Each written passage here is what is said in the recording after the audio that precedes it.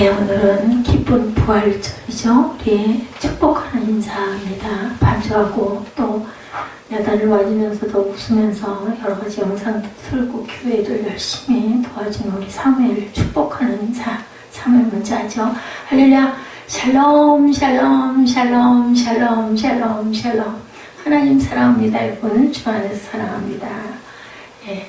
그럼에도 불구하고 사랑하는 마음을 가져야 되겠다. 부활이, 영광이, 예수님의 고난이 모두 다 어디서 나왔다? 사랑에서 나왔다 생각이 들어서 오늘은 사랑에 대한 것을 주제로 저와 여러분들 함께 은혜를 나누는 시간 갖도록 합니다.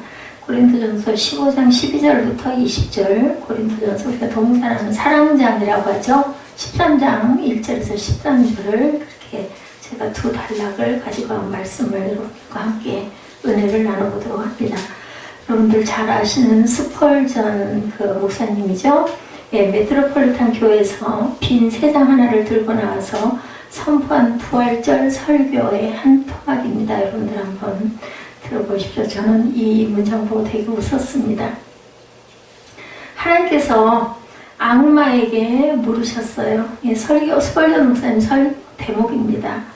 예, 너희들은 도대체 인간을 어떻게 할 생각이냐라고 물으셨어요. 하나님이 악마에게. 악마가 대답합니다. 인간의 마음속에 시기와 질투를 심어 서로 싸우게 하고 나서 잠시 데리고 놀다가 죽여버릴 생각입니다. 이렇게 얘기를 했어요. 하나님께서 걱정스러운 표정으로 반문을 하십니다. 내가 인간을 사고 싶다. 값을 얼마나 주면 네가 나에게 인간을 주겠느냐? 이렇게 물어봤더니 악마는 기가 막히다는 듯이 허허하고 웃습니다.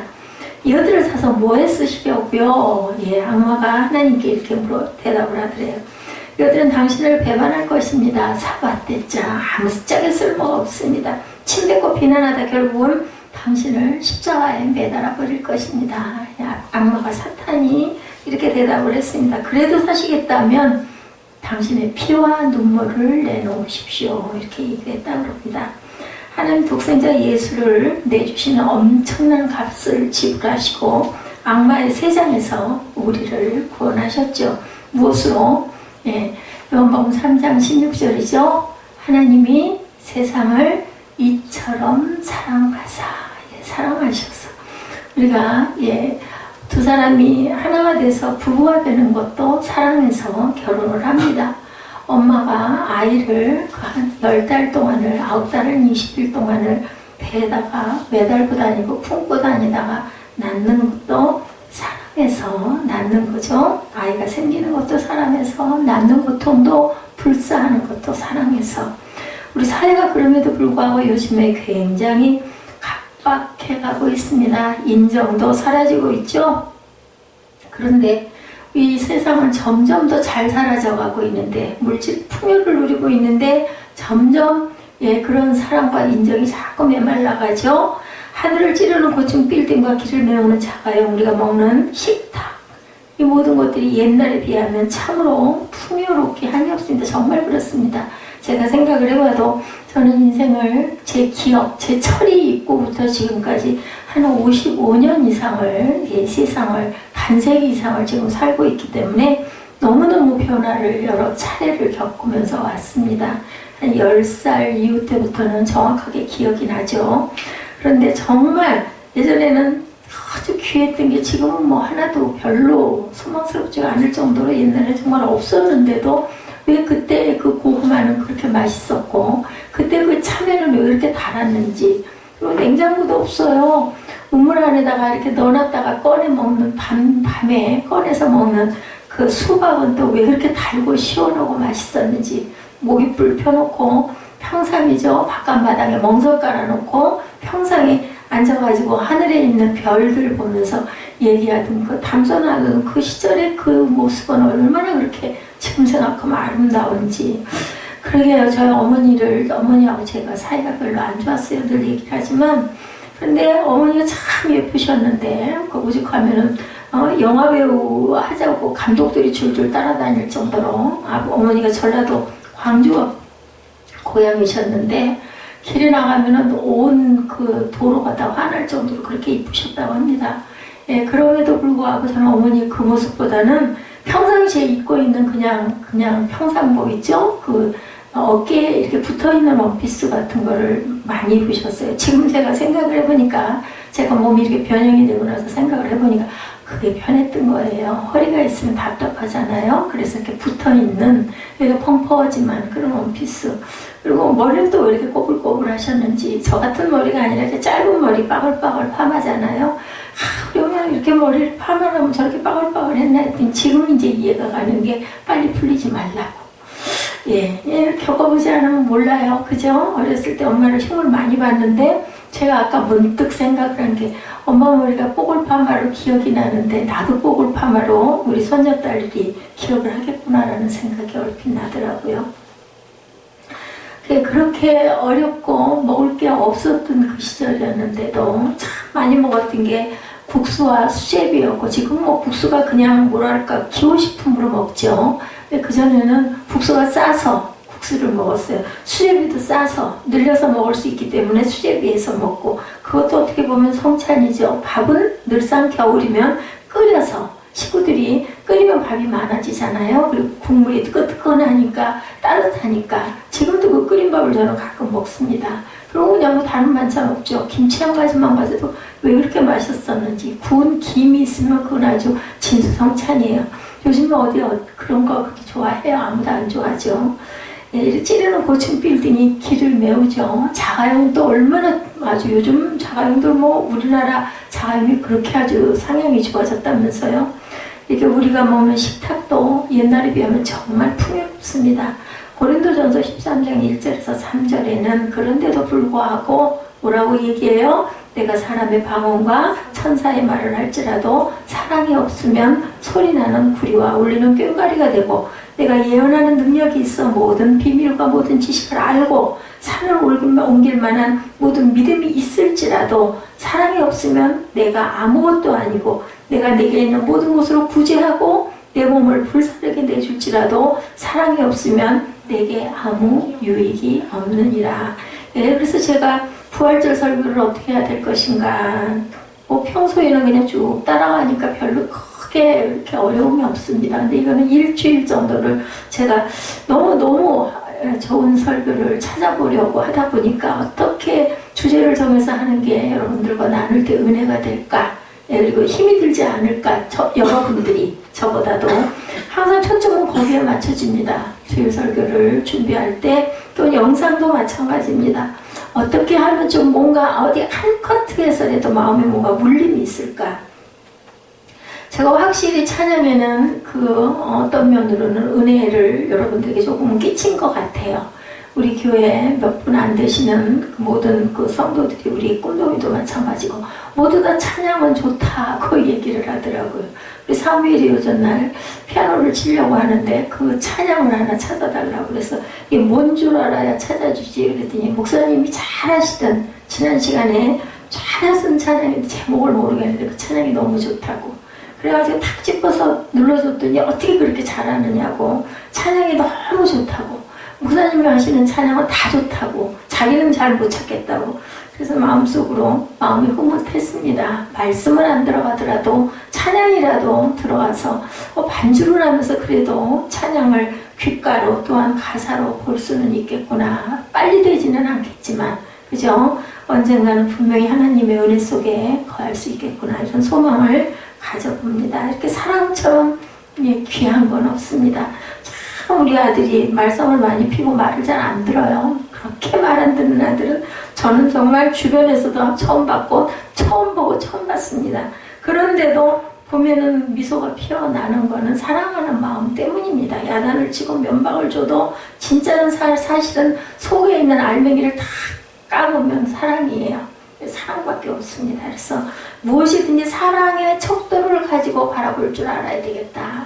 그죠? 그 사람을 어떻게 바라보느냐에 따라서 그 사람의 모습이 다르게 보일 수가 있습니다. 조금 모자르더라도, 부족하더라도 사랑의 눈으로 보다 보면 어떤 마음이 들어요? 안타까운 마음이 들죠? 예, 긍휼히 여기는 자는 긍휼함을 받으리라고 하나님께서 말씀하셨어요. 산상수훈에 예수님도 그렇게 말씀을 하셨죠.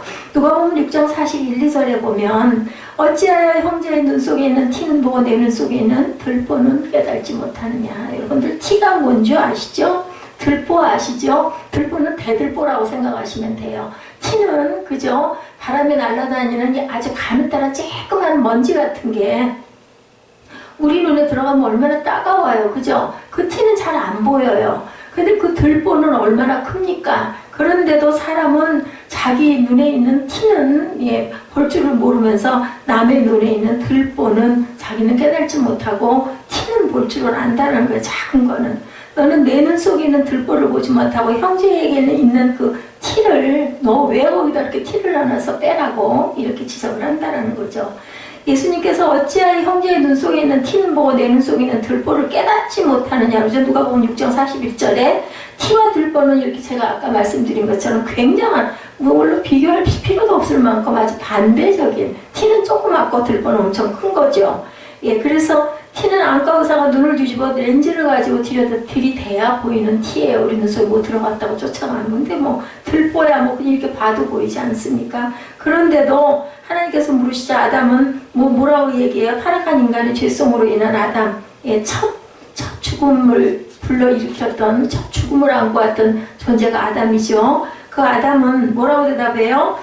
모두가 누가 했다고? 하와가 했다고. 그것도 또 뭐라고 대답했냐면 당신이 지으신 저 여자가 나로 하여금 먹게 하였나 이렇게 대답을 하죠. 창세기 13장 12절에 아담이 이르되 하나님이 주셔서 나와 함께 있게 하신 여자 그가 그 나무 열매를 내게 주므로 내가 먹었나이다. 아유, 제가 먹으려고 그런 게 아니에요. 하나님이 만들어주신 그 여자 그가 나에게 먹으라고 그래서 먹었습니다. 아담은 자기의 잘못은 보지 못하고 아내의 잘못을 탓하고 있다는 겁니다. 뿐만 아니라 아내를 주신 하나님까지도 은근히 원망을 합니다. 왜 하나님이 그 여자를 저한테 만들어 주셔가지고 제가 이렇게 죄를 짓게 했나이까? 이렇게 얘기를 한 거죠. 아담 이외의 모든 사람들이 이렇게 자신의 잘못을 보지 못하고 다른 사람들의 잘못만 비난하면서 살아가요. 왜? 원죄의 죄성이 그대로 옮겨졌어요. 콩 심은 데 콩납니다. 그렇죠? 그래서 뭐라 그래요? 아이를 보고 와 아빠 붕어빵이네. 그럼 아빠는 아주 좋아가지고 흐뭇해하지 않습니까? 그래서 붕어빵이 됩니다. 그래서 시도도 못한다고 하는 것처럼 그죠? 아담의 원죄로 인하여 그 자녀 후손들은 모두 다 그죠? 그렇게 붕어빵들이 돼버렸어요. 똑같은 그죠? 비난하고 헐뜯고 그 죄성 속에서 살아갑니다. 마가복음 10장 43절에서 45절에 너희든지 누구든지 크고자 하는 자는 너희를 섬기는 자가 되고 너희 중에 누구든지 으뜸이 되고자 하는 자는 모든 사람의 종이 되어야 하느니라. 으뜸되고 싶으면 종이 되어야 한다. 그래서 종들이 섬기잖아요. 누구를 섬겨요? 성도님들을 섬기죠. 섬겨야 돼. 무슨 종이 돼야 될까요? 여러분들 사랑의 종이 돼야 됩니다. 부족한 부분 눈에 보이고 거슬려 보이고 그죠? 소란스럽고 해도 사랑으로 다독거리고 품어줘야 돼요. 제가 그 사랑이 많이 부족합니다.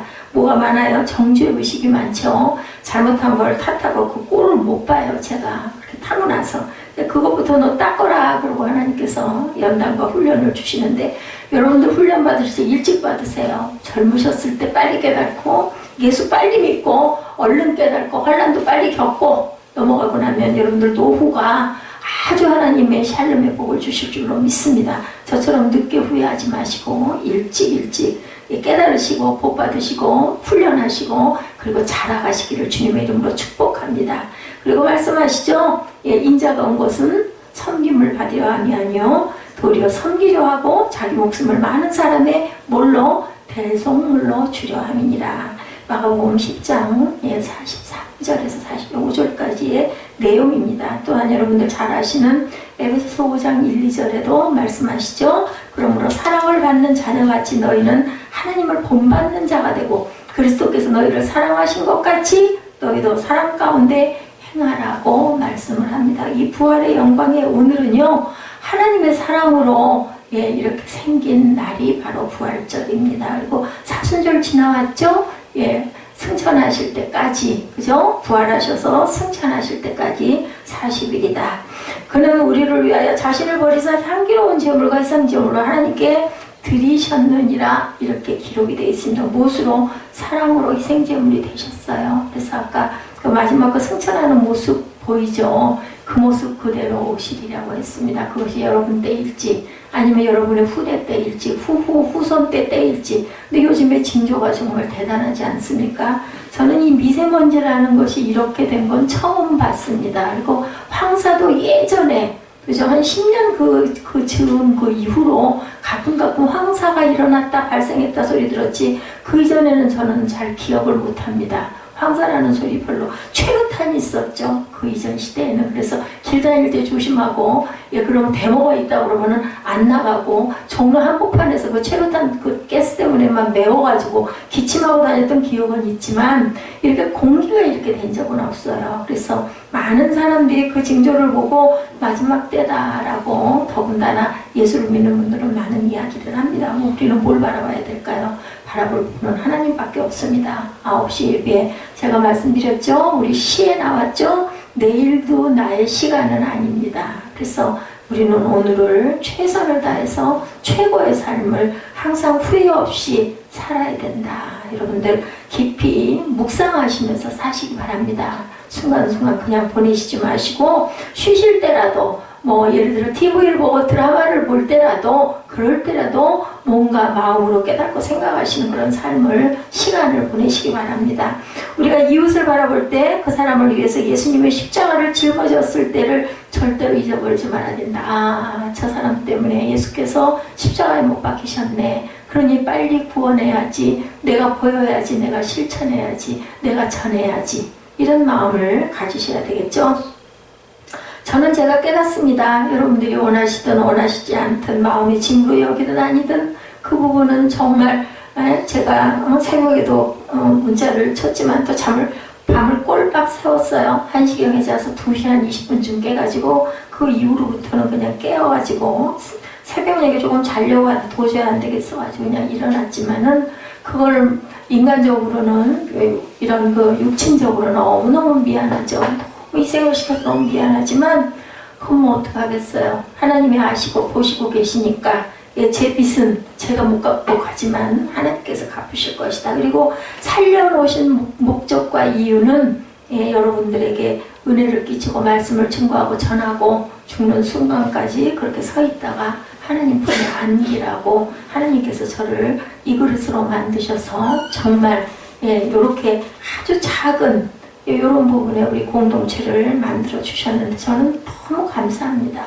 이렇게라도 끼치고 갈 수 있어서 여러분 기억 속에 이 다음에라도 제가 가끔 생각날 때 제 모습이 보이지 않겠습니까? 모아둔 모습, 여러분들과 함께 찬양하고 말씀 증거하고 기도하던 모습. 그래서 에베소서 5장 1, 2절에 그러므로 사랑을 받는 자녀같이 너희는 하나님을 본받는 자가 되고 그리스도께서 너희를 사랑하신 것까지 너희도 사랑 가운데 행하라고 말씀을 합니다. 그는 우리를 위하여 자신을 버리시고 향기로운 제물과 희생제물로 하나님께 드려졌노라고 말씀을 하세요. 여러분들은 하나님께 어떤 모습으로 드려지고 싶으십니까? 깊이 생각하시기 바랍니다. 그러므로 우리가 이웃을 볼 때 그 사람을 위해서 예수님이 십자가를 지셨다는 것을 생각을 하고 믿지 않은 분이나 믿음이 있다라고 하면서도 우리가 볼 때 온전히 못한 분들 볼 때는 안타깝고 긍휼한 마음으로 그분을 잘 섬기고 권면하고 그리고 기도해 줘야 되겠죠. 그걸 설득거나 그죠? 그 비웃거나해서는 안 됩니다. 예수 그리스도의 십자가의 사랑을 안경 삼아서 이웃을 평론하고 자기 마음대로 절대로 평론해서는 안 된다. 율법주의자들이잖아요. 근데 우리들 안에는 율법주의자들이 다 있어요. 옳지 않은 걸 보면은 아이고 예수 믿으면서 뭐 저따위야 이런 소리 참 많이 하게 됩니다. 저부터도 그렇습니다. 이러지 말라는 거예요.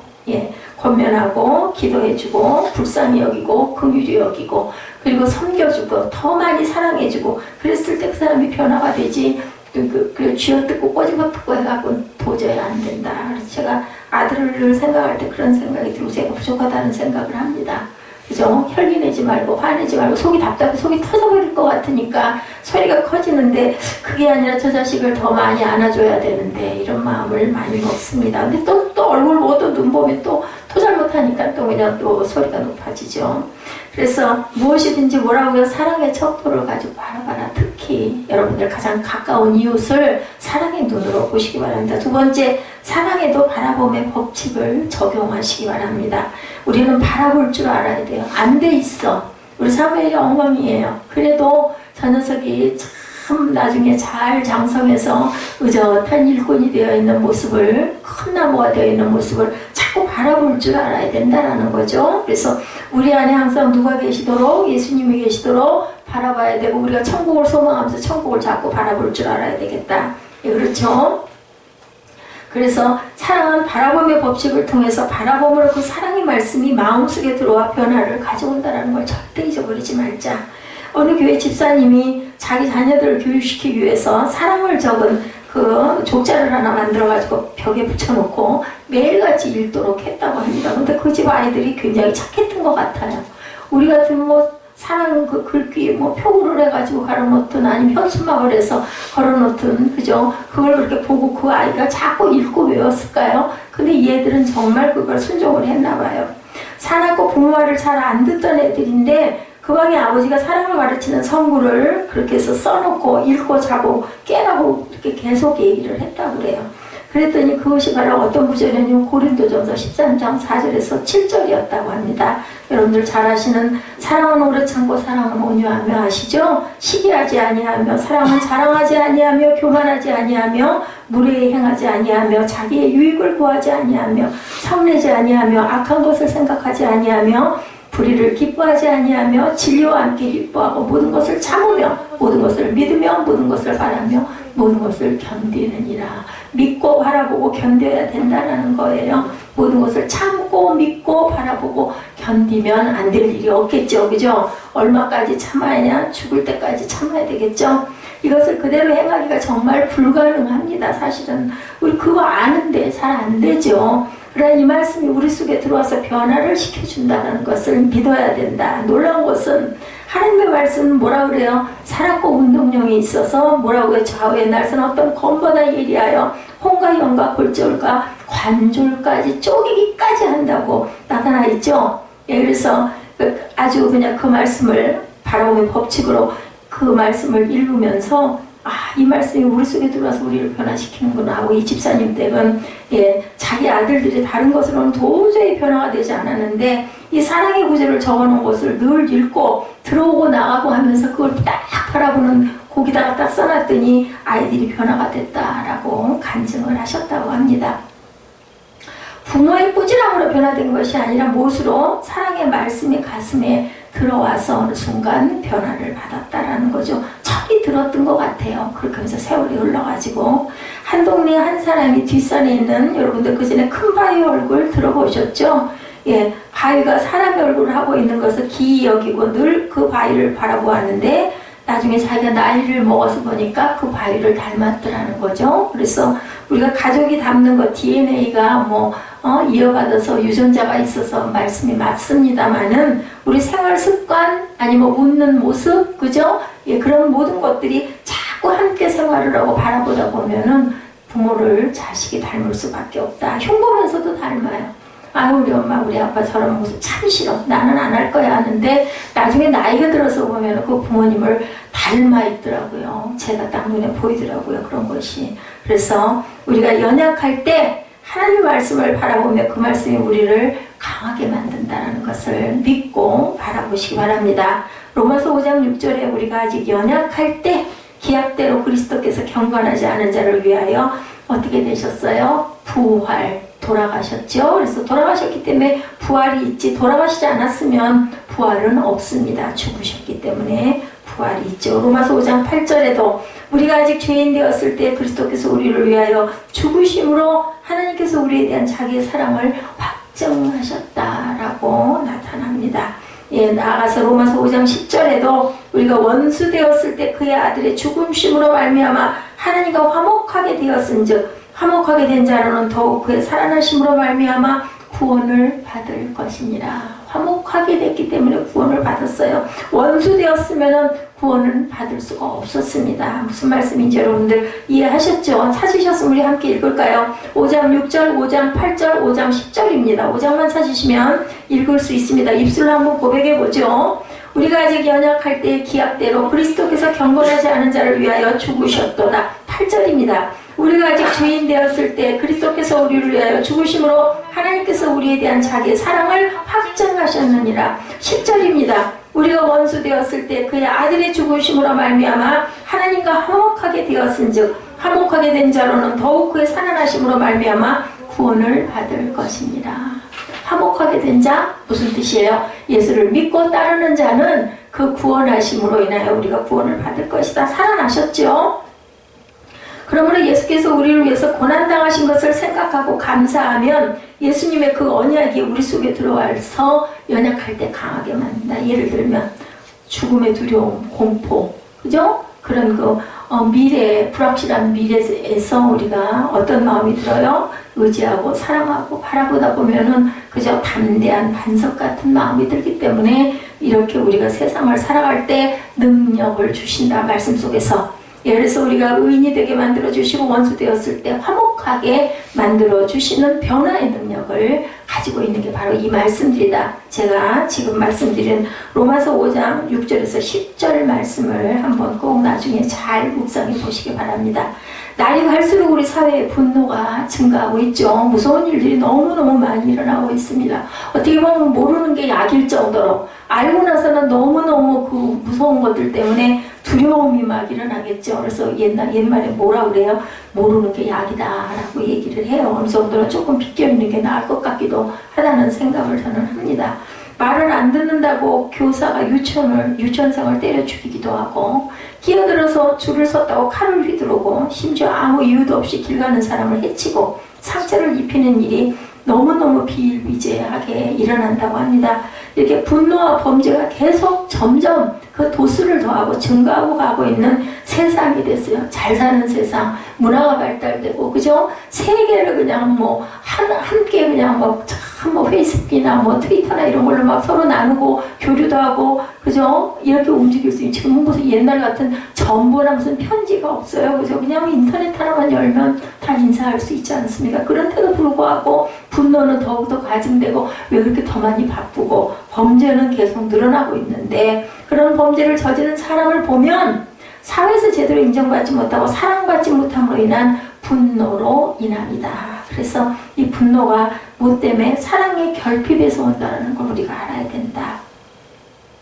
그런데 그런 범죄를 저지른 사람들이 사회에서도 이렇게 인정을 받지를 못하죠. 분노가 우리 사회에 가득해지면 너나 할 것 없이 우리 모두가 피해를 입게 된다는 것을 또한 생각해야 됩니다. 세상은 어떻게 될까요? 무서운 세상, 두려운 세상, 문밖 출입을 편하게 못하는 세상, 그죠? 전혀 평강이라는 건 찾아볼 수 없는 무서운 세상이 된다. 제가 여러분에게 말씀드렸습니다. 오늘 부활절에 첫 번째, 무엇이든지 사랑의 척도를 가지고 바라봐야 된다. 두 번째, 사랑에도 바라봄의 법칙을 적용해야 된다. 세 번째, 우리 꼭 해야 될 부분이 있습니다. 용서하고 사랑해야 된다.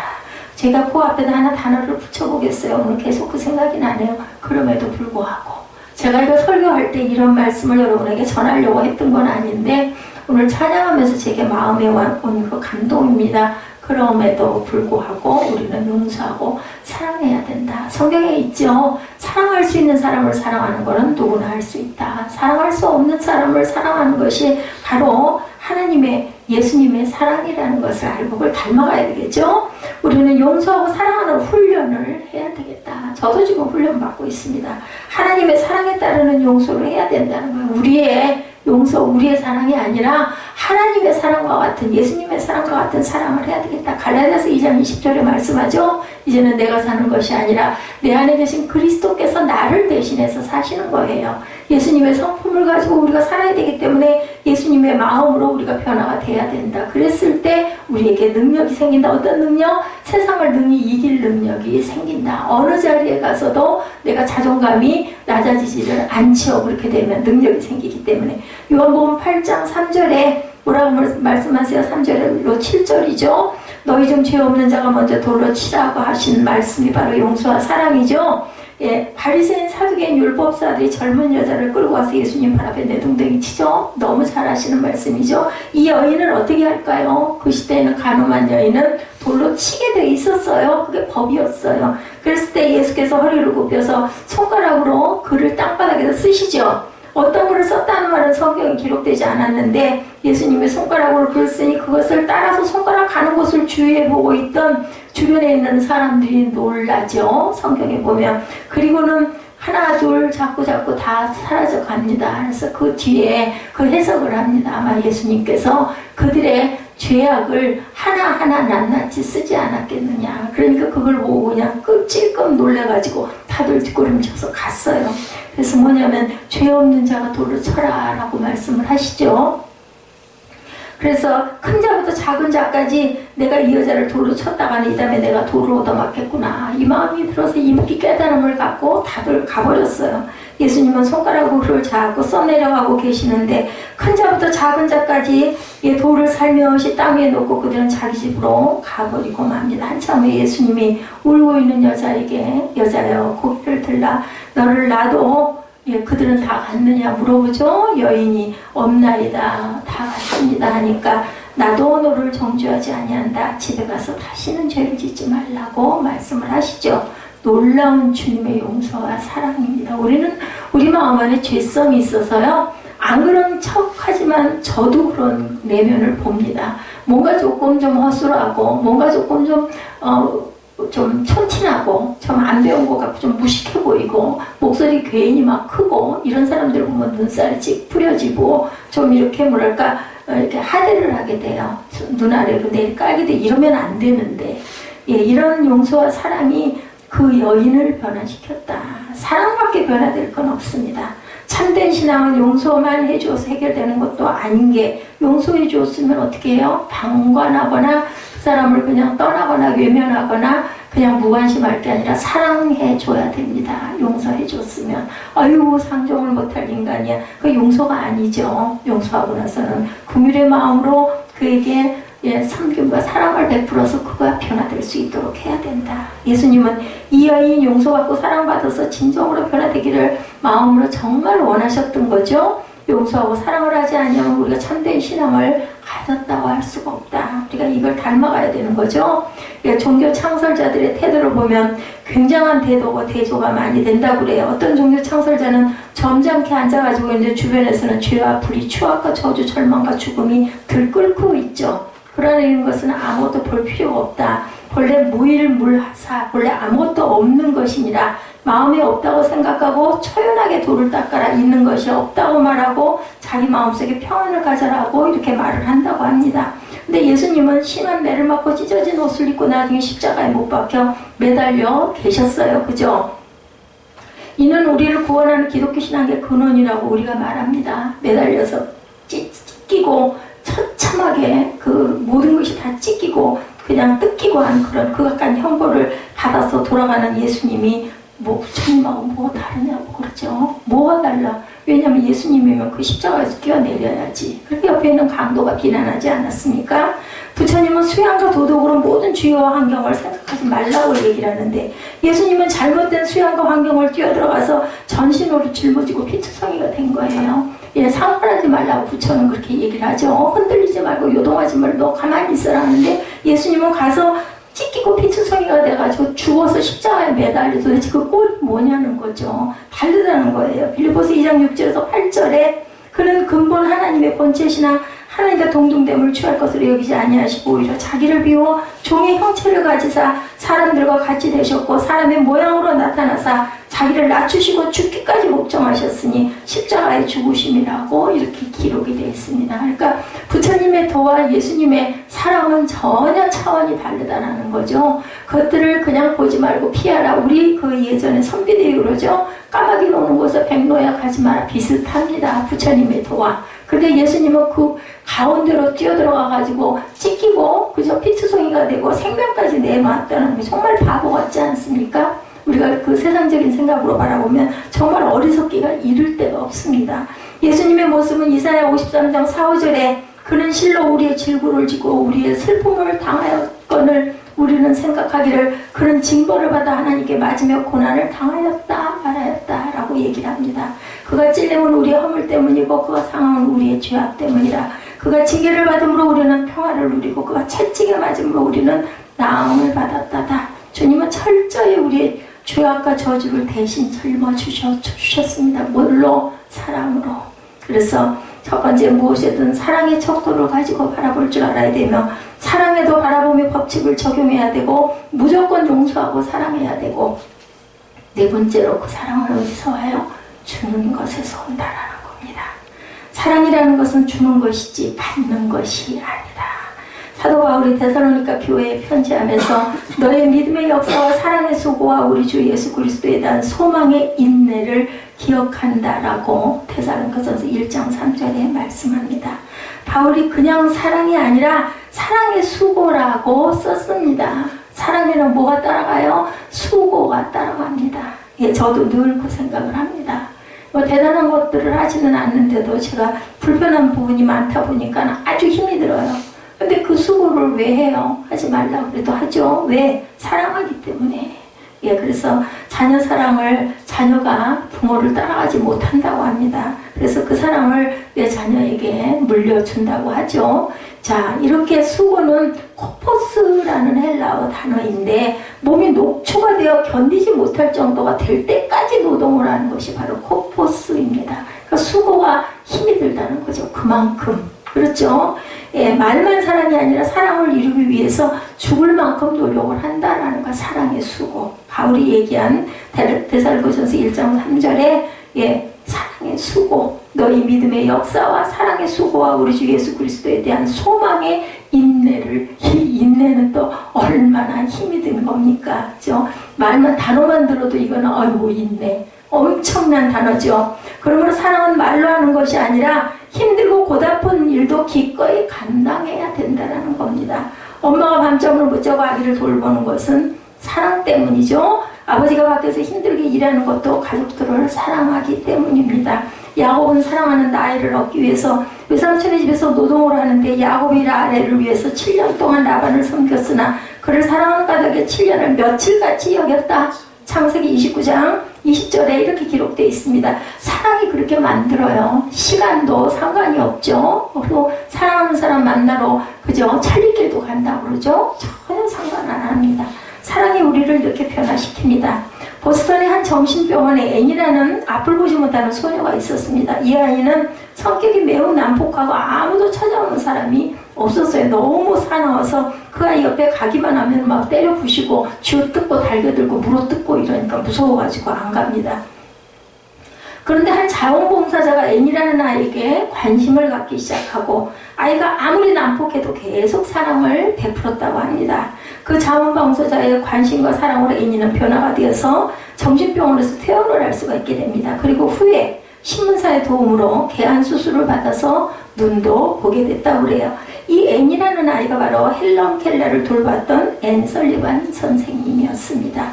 앤 설리반은 한 자원봉사자의 사랑으로 회복이 된 다음에 그 사랑으로 회복된 다음에 그 사랑에 보답하기 위해서 듣지 못하고 보지 못하고 말하지 못하는 헬런 켈러를 48년 동안 돌봐줍니다. 이렇게 사랑은 변화시키는 힘이다. 사랑이 또 다른 사람을 사랑하는 사람으로 만들어 놓죠. 어떻게 돼요? 전도가 돼가는 거죠. 전도. 전도라는 게 뭐예요? 열이 옆으로 전도된다고 하죠. 우리는 전도하면은 사람 교회 나와서 이렇게 전도 같지만 사실은 전도의 원뜻은 옆으로 같이 옮겨가는 게 전도입니다. 나 한 사람이 베풀 수 있는 사랑은 아주 작죠. 그렇죠? 그렇지만 이 사랑이 또 다른 사랑을 낳고 그러한 사람이 모여서 이 사회를 따뜻한 사회로 만들게 된다. 가정이, 교회가, 그리고 직장이, 사회가 이렇게 전도가 되어간다. 뭘로? 사랑으로. 예, 이렇게 사랑으로 어떠한 허물이라도 벗기지 않고 덮어주는 것이다. 예, 어릴 때를 생각하면 그런 추억들이 있죠. 아까도 제가 여러분들에게 잠깐 제 어린 날의 추억을 말씀드렸지만 추운 겨울밤에 이부자리를 발로 걷어차고 잠을 자면 할머니들이 아이고 이 녀석 추운데 하고 할머니들이 잠이 없는 게 맞나 봐요. 이불을 끌어 덮어주기도 하죠. 이불을 목 있는 데까지 끌어올려 덮어주고 손으로 다독거려주고 세월을 지나고 보니 그 사람이 그렇게 그립죠. 따뜻하게 마음이 옵니다. 여름철에 할머니께서 빨래를 개고 있는데 할머니 밑에 누워서 배꼽 내놓고 잠자고 있으면 할머니가 배탈 나 하고 덮어주죠. 여러분들 혹시 경험이 있으십니까? 저는 경험이 있습니다. 우리 어머니나 할머니가 나의 모자란 점을 덮어주죠. 이 자식이 이불 안 덮을 바에 덮지 말고 저곳에 가서 혼자 자. 이런 부모는 없다라는 겁니다. 우리가 이웃을 사랑한다는 것은 덮어주는 것이지 벗기는 것이 아니다. 우리가 아무리 사랑이 있다고 해도 큰 소리를 해도 허물을 덮어주지 아니하면 사랑을 증명할 수가 없습니다. 잠언 10장 10절에 미움은 다툼을 일으켜도 사랑은 모든 허물을 가리느니라고 말씀합니다. 잠언 17장 9절에 허물을 덮어주는 자는 사랑을 구하는 자요 그것을 거듭 말하는 자는 친한 것을 이간하는 자니라고 말합니다. 예수님이 사랑으로 다른 사람의 허물을 덮어주시고 용서하는 것 같이 우리도 서로 덮어주고 용서하고 사랑해야 되겠죠. 이것이 진정한 기독교고 예수 믿는 신앙이라는 것. 그래서 성경은 그런즉 믿음, 소망, 사랑 이 세 가지는 항상 있을 것인데 그 중에 제일은 사랑이라고 로마서 13장 13절에 기록되고 있습니다.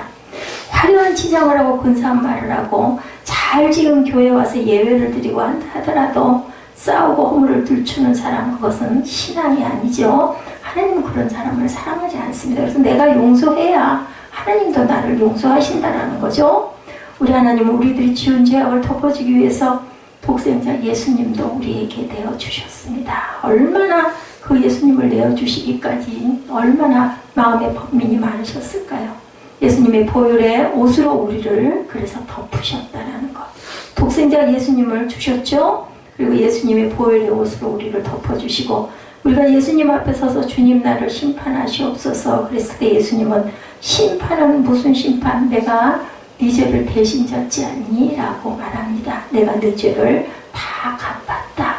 그러니까 너희도 서로 용서해라. 내가 너희를 사랑한 것 같이.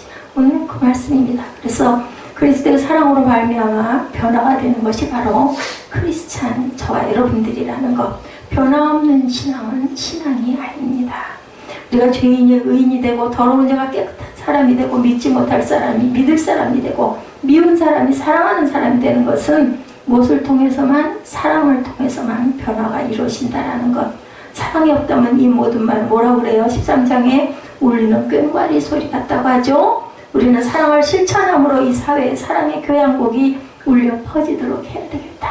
작은 우리 새벽 예배 때 제가 잠깐 말씀드렸죠. 남은 자 한 사람이 교회를 세우고 가정을 세우고 그리고 사회를 세우고 나라를 세우고 변화시켜 간다. 이 사랑을 실천함으로 주님께서는 장엄한 승리의 선언을 하시죠. 주님의 부활은 주께서 세상 권세를 깨뜨리고 승리하셨다는 증거입니다. 오늘은 비록 세상 권세가 일시적으로는 대단한 것 같고 강한 것 같았고 예수님이 초라한 것 같았고 예수님이 죽음으로 인하여 멸망당한 것 같지만 그렇게 되지 않죠. 죽음의 권세 앞에서 첩장에 의해 부스러지는 질그릇과 같았지만 사실은 그렇지가 않습니다. 시편 기자도 우리 주님에 대해서 예언하기를 시편 12편 9절에 당신이 철장으로 저희를 깨뜨리며 질그릇같이 부수리라 하고 말씀합니다. 우리 주님께서 부활하심으로 말미암아 세상 권세를 이기셨고 주님의 권세가 최고의 권세임을 입증해 주셨죠. 그러므로 부활한 주님을 믿는 저와 여러분은 반드시 승리하게 된다는 것을 바라보시기 바랍니다. 주님의 부활은 주께서 세상 권세를 깨뜨리시고 승리하셨다는 증거, 두 번째로 주께서 부활하심으로 죄악의 권세를 이기셨다는 증거. 죄악의 권세는 사나운 파도처럼 강둑과 하천을 휩쓸고 흘러내려오는 홍수와 세력과 홍수의 세력과 같은데 죄값은 사망이라고 했죠. 로마서 6장 23절에 범죄한 영혼은 죽으리라고 합니다. 에스겔 18장 4절이죠. 한 사람 곧 우리의 시조 아담이 범죄함으로 말미암아 사망이 왕노릇한다고 하죠. 로마서 5장 15절에서 17절에 증거합니다. 우리 주님께서 죽으셨다가 사흘 만에 세상 권세를 깨뜨리고 부활하심으로 죄악의 권세를 이겼습니다. 예수는 우리의 범죄함을 위하여 내어줌이 되고 또한 우리를 의롭다 하심을 위하여 살아나셨느니라고 말씀합니다. 덴마크는 국토의 3분의 1이 해변보다 낮아요. 원래 바다였는데 바다를 둑으로 막아서 그 땅에다 농사를 짓고 도시를 건설했기 때문에 낮습니다. 두굴 막은 오랜 후의 일이었다고 합니다. 어느 날 한 청년이 억수같이 쏟아지는 빗속에 뚝을 거닐다가 깜짝 놀라 걸음을 멈춥니다. 뚝에 구멍이 뚫어져서 바닷물이 계속 안으로 새어들어오고 있었어요. 그대로 두면 잠시 후에 코펜하겐시가 완전히 물바다로 변해버릴 것을 그 청년은 보게 됩니다. 분초를 다투는 초미지급사를 당해 그는 자기 몸을 희생하여서 덴마크의 수많은 생명을 구하리라 결심을 하고 그 몸으로 그 구멍을 막았다고 합니다. 시민들은 아무 일도 없이 아침에 잘 자고 아침에 일어났어요. 어떻게 됐을까요? 이튿날 검은 구름이 걷히고 비와 바람도 그쳤어요. 많은 사람들은 맑은 하늘 아래서 뚝을 거닐면서 한 청년의 갸륵한 죽음을 발견하게 됩니다. 그 고귀한 죽음으로 말미암아 덴마크의 많은 생명이 구출이 됐으면 싫어합니다. 이거는 그리스도께서 바닷물결처럼 밀려오는 죄악의 세력을 멸하고 물리치시기 위하여 십자가 위에서 죽으셨고 죄악의 권세를 깨뜨리기 위하여 부활하셨죠. 따라서 주님의 부활을 믿는 저와 여러분은 죄악의 세력을 무찌르고 승리할 것이라고 로마서 8장 1, 2절에 말씀합니다. 그러므로 이제 그리스도 예수 안에 있는 자에게는 결코 정죄함이 없나니 이는 그리스도 예수 안에 있는 생명의 성령의 법이 죄와 사망의 법에서 너를 해방하였습니다. 얼마든지 말씀을 드리고 말씀을 전해도 절대로 부족함이 없는 이 말씀은 뭐냐? 진리이고 우리는 성경을 믿음으로 예수를 믿기 때문에 말씀을 여러분들 열심히 읽고 쓰고 그리고 보시기 바랍니다. 요한일서 3장 8절이죠. 죄를 짓는 자는 마귀에게 속하나니 마귀는 처음부터 범죄함이라 하나님의 아들이 나타나신 것은 마귀의 일을 멸하려 하심이라고 말씀을 합니다.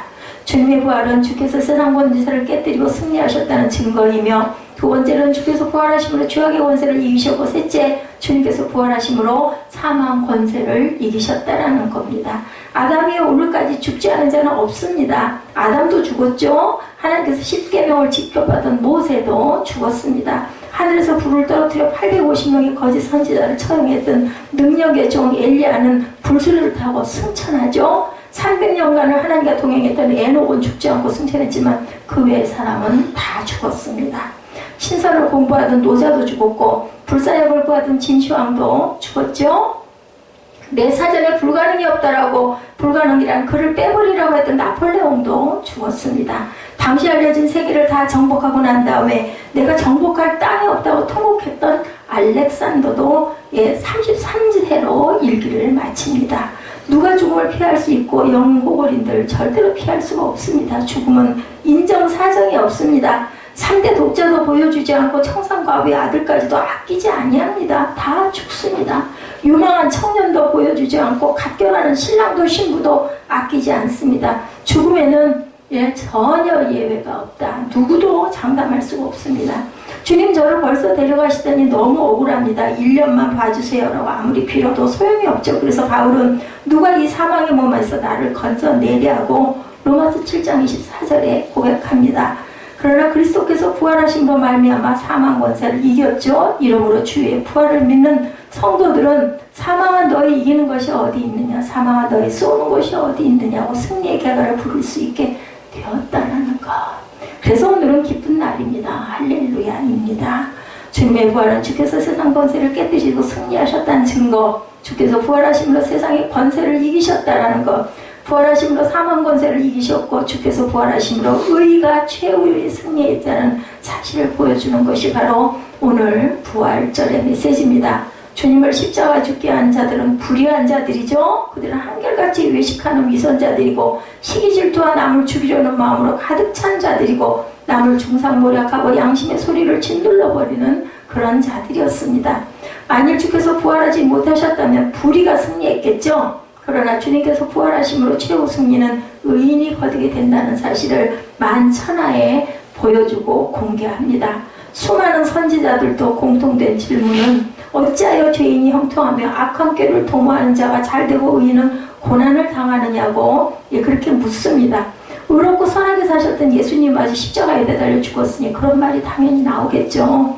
그러나 마침내 주께서 부활하심으로 의가 최후의 승리자임을 드러냅니다. 주님을 위하여 고난당하는 성도, 여러분들 중에 계십니까? 모든 고난을 참고 견디면 믿음으로 승리하면 하나님께서 우리에게 반드시 부활의 영광을 누리게 해주신다는 약속이 바로 오늘의 약속입니다.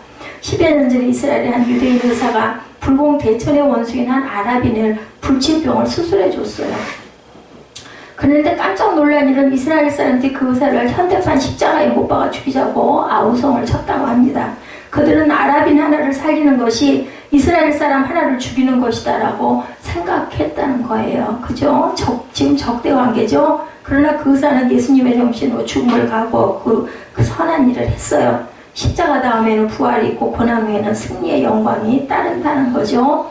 부활절에 특별한 의미를 나타내는 꽃꽂이를 만들어 놓는 것을 봅니다. 우리는 꽃꽂이까지는 아니지만 부활의 상징인 꽃을 사다 놨죠. 한아름의 엎드름나무와 탱자나무의 가시는 십자가의 고난을 상징하고 아름다운 장미꽃과 백합은 부활의 승리를 상징합니다. 의와 진리는 고난을 겪은 다음 반드시 승리하게 됩니다. 그러므로 저와 여러분들이 가시에 찔리면서 백합화처럼 예수님의 향기만 날리시기를 주님의 이름으로 축복합니다. 아담과 하와가 하나님을 거역하고 에덴에서 쫓겨나올 때 하나님이 짐승을 잡아서 여러분들 가죽을 벗겨가지고 피를 흘리고 가죽옷을 입혀서 보낸 것 여러분들 아시죠? 이것이 바로 상징적인 예수 그리스도의 죽음입니다. 쫓겨나갈 때 벌거벗고 그냥 얼어 죽어라고 말씀하지 아니하시고 짐승을 잡아서 대신 옷을 입혀 가죽옷을 입혀 보내셨어요. 그래서 내 아들을 죽여서라도 너를 구원하겠다라는 뜻을 갖고 계셨다. 오늘날 하나님은 새 사람을 이처럼 사랑하사 독생자를 주셨으니 누구든지 믿기만 하면 어떻게 해주신다고 그래요?